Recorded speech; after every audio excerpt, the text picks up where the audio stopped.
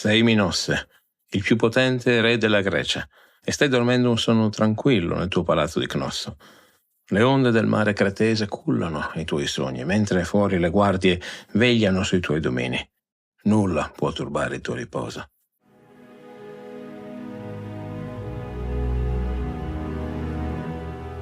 Sei il signore dei mari, il legislatore giusto, il sovrano che ha fatto di Creta il centro del mondo.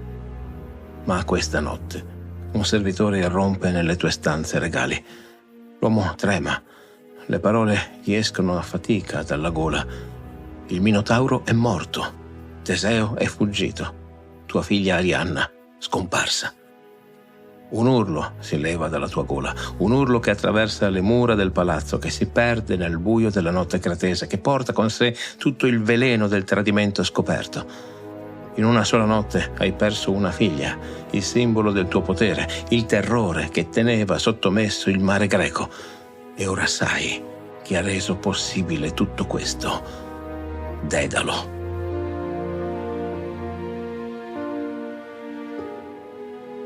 Grazie agli amici su TP che amano questo podcast. Giacomo, Sisifo Felice, Fabio dell'Inghilterra, Francesco, Carolina e Circe. Grazie anche a Dalila e a Vivi e Pit. Grazie ad Alessandro, Gioele, Jimbo, Maria Chiara, Mirko, Salvatore e Vanessa. Infine ad Alessia, Raul, Chiara Miriam. Diventa anche tu parte di questa avventura. Supporta questo podcast andando su TP usando il link in descrizione.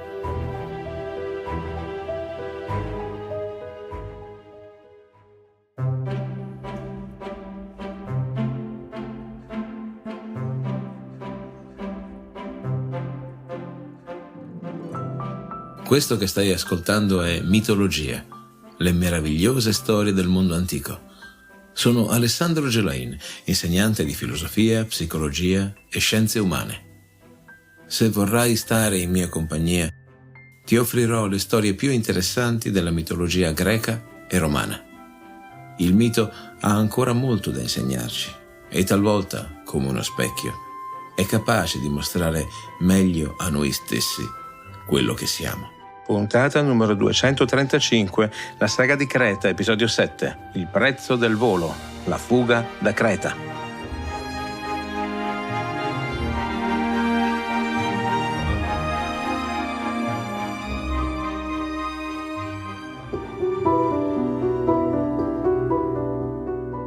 Secondo Pollodoro, la vendetta di Minosse contro Dedalo è tanto geniale quanto crudele. Se l'architetto ha costruito la prigione perfetta, che si goda la sua perfezione dall'interno. Dedalo e suo figlio Icaro vengono rinchiusi nel labirinto stesso, in quel teatro di pietra, dove ogni edificio è una scenografia vuota, dove le strade lastricate conducono solo ad altre strade lastricate, dove le facciate elaborate nascondono il nulla. L'ironia è perfetta. L'uomo che conosce ogni segreto, ogni corridoio, ogni inganno della sua creazione non può uscirne. Minosse ha murato l'unica entrata, ha sigillato per sempre quella bocca di pietra che aveva inghiottito tanti giovani ateniesi. Il labirinto che era prigione per il Minotauro diventa tomba per il suo creatore.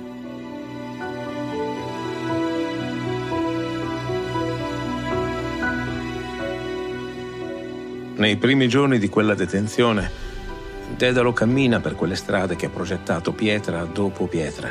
Riconosce ogni svolta, ogni architrave, ogni gioco di luci ed ombre. Sa dove conducono tutti i passaggi, conosce le vie più brevi per raggiungere ogni cortile, ogni stanza. È perfettamente orientato e insieme completamente perduto. Può andare ovunque voglia all'interno del suo mondo, ma quel mondo non ha uscite. Al suo fianco cammina Icaro, di quasi 15 anni, un'età in cui si vorrebbe conquistare il mondo intero. Il ragazzo guarda quegli spazi infiniti con occhi diversi dal padre. Per Dedalo ogni pietra racconta una storia di calcoli, proporzioni e soluzioni architettoniche. Per Icaro sono solo mura che lo separano dalla vita. Ma l'architetto che ha sempre risolto problemi impossibili non si arrende. Studia il labirinto con occhi nuovi, non più da creatore, ma da prigioniero che deve sopravvivere. Nei cortili aperti al cielo scopre che alcune api hanno costruito i loro alveari nelle nicchie più nascoste, sotto i tetti finti che imitano le tegole vere, gli stessi alveari da cui il Minotauro prelevava il miele, l'unica dolcezza della sua esistenza tormentata. Dedalo raccoglie quella cera goccia a goccia, ne assaggia il sapore dolce e amaro. Pensa ad Asterione, che qui forse cercava consolazione, e sente una strana vicinanza con la creatura che non c'è più. Costruisce cisterne improvvisate negli angoli dei cortili per raccogliere l'acqua piovana. Progetta trappole ingegnose per catturare gli uccelli che volano ignari sopra le mura. La prima volta che una delle sue trappole scatta e cattura un piccolo volatile, Dedalo sente la soddisfazione del cibo conquistato. Mentre prepara l'animale, non può fare a meno di ammirare la perfezione di quelle ali. Che fortuna essere creatura del cielo, pensa distrattamente, non conoscere prigioni né confini.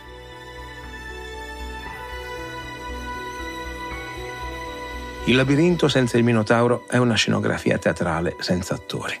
Echeggia dei loro passi, delle loro voci che rimbalzano contro le pareti di pietra levigata. Nei cortili interni, quelli che Dedalo aveva progettato per dare luce e aria alla struttura, crescono arbusti selvatici tra le crepe dei lastricati. Padre e figlio si muovono in quella solitudine architettonica come fantasmi della loro stessa creazione. Dedalo conosce ogni angolo del suo capolavoro, ma ora lo vede con la disperazione di chi cerca una via d'uscita che non esiste. La sua opera perfetta non ha falle, non ha debolezze, non ha errori da sfruttare. È davvero la prigione definitiva, progettata per non essere mai violata. Nessuna guardia sorveglia quegli spazi, perché la sorveglianza è incorporata nella struttura stessa. Ogni strada che sembra promettere la libertà conduce solo a un altro vicolo cieco. Ma è proprio in questa disperazione che il genio di Dedalo trova la sua via. È in uno di questi cortili aperti al cielo che l'architetto vede quello che il Minotauro aveva visto migliaia di volte senza comprenderlo. Una piuma bianca che scende dolcemente dal cielo, danzando nell'aria come se seguisse una musica invisibile. Dedalo segue quella danza sospesa, ipnotizzato dal movimento leggero che sfida la gravità, fino a quando la piuma si posa delicatamente sui lastricati del labirinto. Le stesse piume che Asterione raccoglieva con delicatezza inaspettata, osservandole contro la luce con quella che sembrava nostalgia per una libertà che non aveva mai conosciuto. Dedalo si china a raccogliere la piuma, la solleva contro il sole e mentre la osserva contro luce, il suo sguardo scivola naturalmente verso uno degli alveari nascosti sotto i tetti finti. Piuma, cera, volo. E all'improvviso, nella mente dell'architetto che ha sempre risolto problemi impossibili, scatta l'illuminazione. Gli uccelli attraversano i confini del labirinto senza nemmeno accorgersene. Vedono quella prigione dall'alto come un semplice disegno di pietra. C'è una via che Minosse non può controllare, il cielo, e l'aria appartiene solo agli dei e agli uccelli. Dedalo inizia a lavorare con la precisione metodica del genio, ma prima di costruire studia. Ogni uccello catturato diventa un libro di anatomia vivente. Osserva come le ali si piegano, come le piume primarie e secondarie si coordinano, come il peso del corpo si distribuisce nel volo. Icaro lo guarda con ammirazione crescente. Suo padre sta davvero tentando l'impossibile, sta cercando di rubare agli dei il segreto del volo. Il ragazzo raccoglie piume con entusiasmo, aiuta a intrecciare i primi prototipi, brucia dalla voglia di provarli. Mi immagino i primi esperimenti, goffi, disastrosi, ali troppo piccole che non sostengono il peso, ali troppo grandi che non si controllano. Dedalo costruisce e ricostruisce, modifica e perfeziona. La cera degli alveari diventa il collante che tiene insieme le piume, disposte secondo un ordine che imita la natura, le più piccole al centro, le grandi verso i bordi. Per tenere insieme le piume usa lo stesso filo che Minosse gli aveva gettato ai piedi con disprezzo, quello di Arianna, tinto di Kermes, rosso come il sangue. Il filo che ha salvato Teseo dal labirinto ora diventa lo strumento per cucire le ali della libertà. Il gesto di scherno di Minosse si trasforma nella salvezza di Dedalo. Finalmente arriva il momento della prima prova seria. Dedalo ha costruito un prototipo delle dimensioni giuste per Icaro. Il ragazzo se lo assicura alle spalle, con mani tremule di eccitazione. Sceglie il corridoio più lungo del labirinto, quello che attraversa 3 cortili di fila. Prende la rincorsa e inizia a correre. Muove le ali con movimenti sempre più ampi. E poi accade l'incredibile. I piedi di Icaro si sollevano dal pavimento. Prima per un attimo, poi un po' di più e di più ancora. Il ragazzo vola, davvero vola, per qualche metro sopra le pietre lastricate del labirinto. Quando atterra, rotola sul pavimento ridendo di gioia pura. Dedalo, che ha assistito alla scena, sente gli occhi riempirsi di lacrime. Suo figlio ha volato. L'impossibile è diventato possibile. L'uomo può davvero sfidare i limiti che gli dèi hanno posto alla natura umana. Da quel momento i loro esperimenti si fanno sempre più audaci. Salti dai cortili più bassi, planate sempre più lunghe, voli veri e propri tra le mura del labirinto. Padre e figlio lavorano insieme all'impresa più folle della storia umana: costruire ali per volare come gli uccelli del cielo. Arriva finalmente il giorno in cui le ali definitive sono pronte. Antonio Canova, nella sua celebre statua, ha immortalato l'istante che precede il volo. Dedalo, che assicura con cura infinita le ali alle spalle del figlio, quasi in un abbraccio. Nel marmo lo scultore ha colto l'essenza tragica di quel momento, lo sguardo del padre, tutto teso alla sicurezza e alla prudenza, mentre il ragazzo appare come un giovane impaziente che guarda le sue ali, già proteso col pensiero verso il cielo. In quella scultura Canova ha intuito la verità profonda della loro storia, l'esperienza che cerca di proteggere l'inesperienza, la saggezza che tenta di frenare l'entusiasmo, l'amore paterno che sa di non poter trattenere per sempre chi ama. Dedalo controlla ogni legaccio, ogni piuma, ogni strato di cera. Verifica che le ali siano perfettamente bilanciati, che i movimenti degli snodi siano fluidi, che nulla possa cedere durante il volo. Sa che stanno giocando con forze più grandi di loro, che un errore significherebbe la morte. Le sue mani tremano mentre fissa le ali alle spalle del figlio. Non per paura del volo, ma per la consapevolezza di ciò che potrebbe perdere. Icaro, al contrario, non riesce a stare fermo. Ha 15 anni e tutto gli sembra possibile. Ha già provato l'ebbrezza del volo nei cortili del labirinto, ha sentito l'aria sostenerlo, ha assaporato quella libertà che nemmeno i re possiedono. Ora vuole conquistare il cielo intero.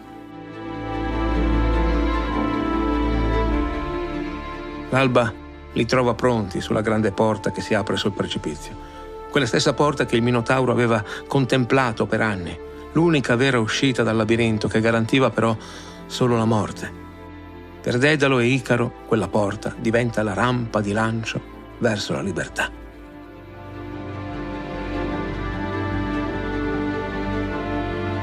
Ovidio ci tramanda le ultime parole di Dedalo prima del volo. Tieni la via di mezzo, figlio mio. Non volare troppo basso, o l'acqua del mare appesantirà le piume. Non troppo alto, o il sole le brucerà e scioglierà la cera. Non ti distrarre guardando le costellazioni di Bote o la spada di Orione. Segui la mia via. Un ultimo sguardo di intesa e padre e figlio si lanciano nel vuoto. L'ebbrezza del volo è indescrivibile. Dopo mesi di prigionia, rinchiusi tra pareti di pietra, si ritrovano padroni dello spazio infinito. Sotto di loro si stende il mare turchese, punteggiato delle isole dell'Egeo.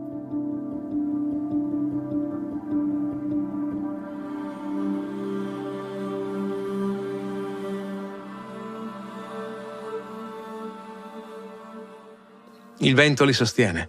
Le ali rispondono ai movimenti del corpo come fossero membra naturali.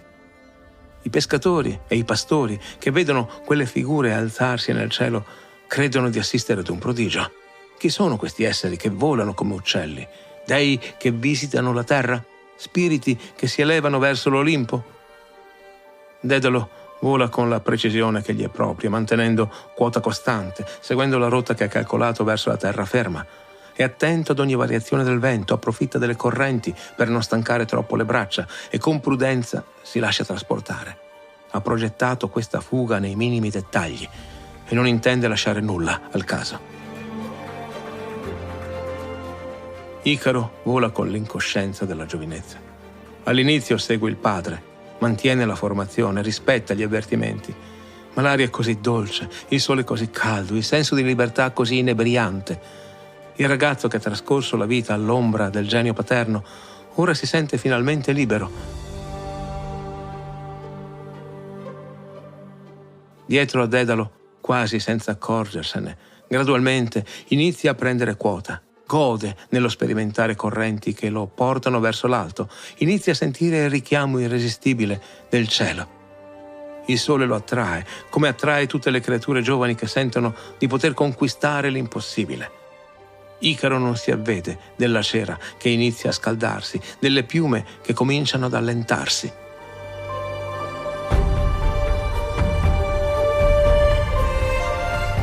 Quando Dedalo si accorge che il figlio si è allontanato, è già troppo tardi. Le ali di Icaro si stanno disfacendo, la cera gocciola dal suo corpo come lacrime nell'aria, le piume si disperdono nel vento. Il ragazzo precipita gridando il nome del padre.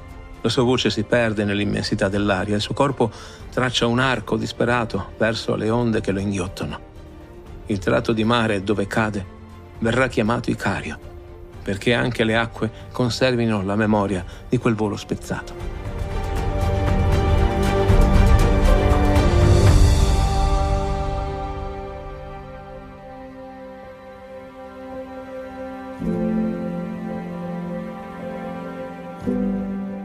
Dedalo resta sospeso in aria, immobile come un uccello bloccato nella corrente. Ha visto suo figlio precipitare, qualcosa dentro di lui si è fermato. Il tempo non scorre più. Davanti ai suoi occhi si materializza un'altra caduta. Un ragazzo che precipita dall'Acropoli di Atene, suo nipote Talo, spinto dalla sua stessa mano in un momento di gelosia cieca. Allora era stato lui a causare la morte. Ora è suo figlio che è caduto. E ancora una volta le sue mani, le sue invenzioni hanno scatenato la tragedia. La caduta chiama caduta, la perdita chiama perdita. Il destino ha una memoria perfetta. Dedalo recupera il povero corpo del figlio sulla riva di un'isola deserta. Lo seppellisce con le proprie mani, maledicendo l'arte che gli ha dato la conoscenza per volare e non la saggezza per tenere al sicuro chi amava. Ha compiuto un'impresa impossibile. Ha volato come gli uccelli, ha superato i confini che gli dei hanno posto all'uomo. Il prezzo di questa vittoria è il sangue di suo figlio. Secondo Diodoro Siculo, l'architetto fuggitivo trova rifugio in Sicilia, presso Re Cocalo. Si nasconde, cambia nome, cerca di dimenticare. Ha salvato se stesso, ma ha perduto la cosa più preziosa che abbia mai posseduto.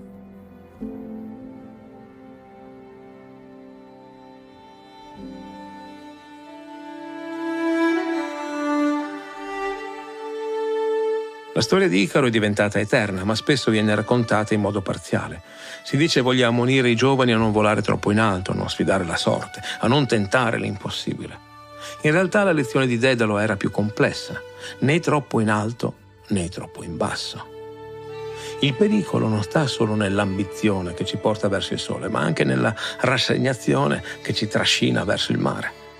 Quella raccomandazione del padre parla di equilibrio, non di rinuncia. Ci ricorda che in ogni volo della nostra vita, ogni sogno, ogni ambizione, ogni tentativo di superare i nostri limiti, il fallimento può arrivare tanto dall'eccesso quanto dal difetto. Troppo audaci o troppo prudenti, l'esito può essere lo stesso, la caduta. Forse il vero insegnamento di questa storia non sta nel condannare chi osa troppo, ma nel ricordare che ogni libertà ha un prezzo, ogni volo comporta un rischio, ogni tentativo di superare la condizione umana può trasformarsi in tragedia. Dedalo continua a vivere, ma dentro di lui qualcosa si è spezzato. In Sicilia, presso la corte di Re Cocalo, l'architetto fuggitivo trova una pace che non sperava più di conoscere. Si è tagliato i capelli, ha rasato la barba, ha cambiato nome, ora si fa chiamare Talo, portando con sé il fantasma del nipote che un tempo uccise per gelosia. È diventato il consigliere più fidato del re siciliano, aiutandolo a progettare giardini, templi e palazzi che fanno di Camico una delle corti più belle del Mediterraneo. Dopo anni di tensione a Cnosso, dopo la perdita di Icaro, Dedalo crede finalmente di aver trovato un posto dove poter invecchiare in pace. È lontanissimo da Creta, nascosto sotto false spoglie e in una terra che Minosse non ha mai considerato importante. Non sa che, mentre lui sta pensando queste cose, nelle acque del Mediterraneo una piccola flotta sta navigando proprio verso la Sicilia. Non sa che sulla nave ammiraglia c'è un uomo che lo sta cercando da anni, con la pazienza implacabile del cacciatore. Non sa che Minosse ha escogitato un piano geniale per smascherarlo, ovunque si nasconda.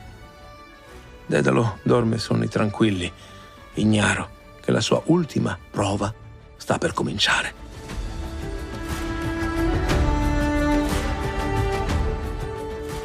Fatti sentire, la tua voce è fondamentale per questo viaggio. Lascia un like e condividi nei commenti le tue riflessioni. Ogni tuo pensiero arricchisce la nostra comunità. Ti è piaciuto questo episodio? E suggeriscilo a chi potrebbe apprezzarlo. È il gesto più sincero per far crescere insieme questo progetto. Iscriviti per non perdere le prossime storie che ho preparato per te. Vuoi essere parte ancora più attiva? Su Tipeee puoi sostenere concretamente Mitologia e accedere anche a contenuti esclusivi. Trovi il link in descrizione. Ricorda, anche una semplice visita ha per me un valore immenso. Questo è Mitologia. Io sono Alessandro Gelain e ti aspetto sulla tua piattaforma d'ascolto preferita.